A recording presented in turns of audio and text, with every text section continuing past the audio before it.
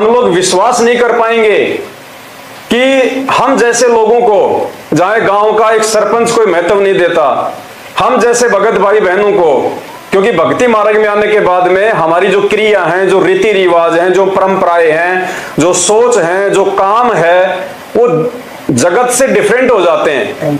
जगत वालों को हम अच्छे नहीं लगते, तो हम जैसे लोगों को सतगुरु की शरण में आने के बाद में, जहां गांव का सरपंच कोई महत्व नहीं देता, हमारे रिश्तेदार हमें महत्व नहीं देते, और हम जैसों को वो पूर्ण परमात्मा महत्व दे रहा है। हम जैसों के लिए परमात्मा अपना सतलोक छोड़ के आया है। वो परमात्मा, जिस परमात्मा ने राजाओं को राज दे रखा है, आज अगर देश का प्रधानमंत्री है या अमेरिका का राष्ट्रपति है, उसको भी वो शासन, वो पदवी इसी परमात्मा सतगुरु रामपाल जी भगवान ने उसके किसी पिछले जन्म की भक्ति के कारण भीख में दी हुई है। बड़े बड़े ऋषि संत महात्मा जिस परमात्मा की प्राप्ति के लिए हजारों वर्षों तपस्या करके अपना शरीर गाल के चले गए, उनको भी परमात्मा नहीं मिला। और आज वो परमात्मा जिसको पूरी दुनिया खोज रही है, चाहे वो किसी भी रूप में उनको पूजे, चाहे कोई हनुमान जी के रूप में पूजे, चाहे कोई ब्रह्मा विष्णु महेश के रूप में पूजे, चाहे हमारे मुसलमान भाई उनको अल्लाह के रूप में पूजे, वो परमात्मा जो एक है वो केवल सतगुरु रामपाल जी भगवान है, जो आज मानव शरीर में आप और हम सबके सामने हमारे सतगुरु देव जी के रूप में प्रकट हैं। इससे बड़ा हम जीवों का कोई सौभाग्य नहीं हो सकता।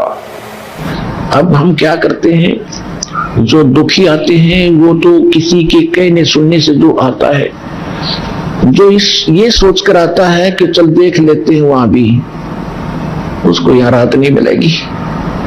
या तो वो व्यक्ति आवे सब जगह पे थक ले, और जब उसकी कति आशा टूट ली हो कि कितने ठिकाना नहीं, उसकी सुनाई यहाँ तुरंत होगी, क्योंकि उसका भाव ये रहेगा कि मैंने सारे देख लिया, कहीं ठिकाना नहीं है। और फिर यहाँ हृदय से रो के पुकार करेगा, रोज नया सुख होगा उसकी आत्मा में, रोज नया, चाहे कैसी बीमारी हो, कैसी ही टेंशन हो।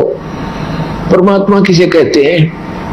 परमात्मा की खोज क्यों करते थे? राजा लोग भी ढूंढा करते, भगवान मिल जाए और सुख हो मुझे, वो ऐसे करता ही करता है। तो वो परमात्मा ई मिला आपने इस सतलोक आश्रम वाला, जिला हिसार, हरियाणा में।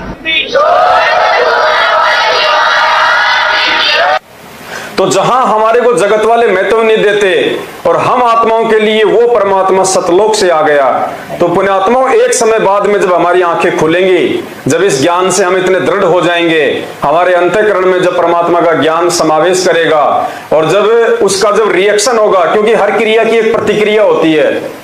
अगर मीठा खाएंगे तो अंदर से उसका रिएक्शन भी मीठा ही आएगा, उसकी डकार भी मीठी आएगी। अगर हम कोई कड़वी चीज खाएंगे तो उसकी डकार भी उसकी वैसी आएगी। तो हर क्रिया की एक प्रतिक्रिया होती है।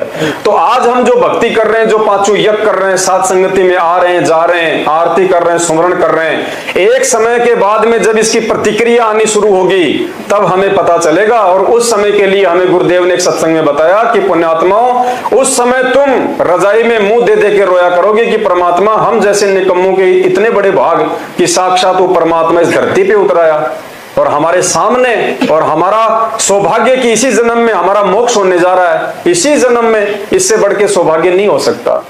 तो पुण्यात्माओं, उस सौभाग्य को प्राप्त करने के लिए देखो भगवान भी आ गया, हमारे को मानव जन्म भी दे दिया परमात्मा ने, कलयुग की बिचली पीढ़ी में हमारे को लाके खड़ा कर दिया, सारे जोड़ जुगाड़ परमात्मा ने एकदम ठीक बैठा दिए जो मोक्ष के लिए होते हैं।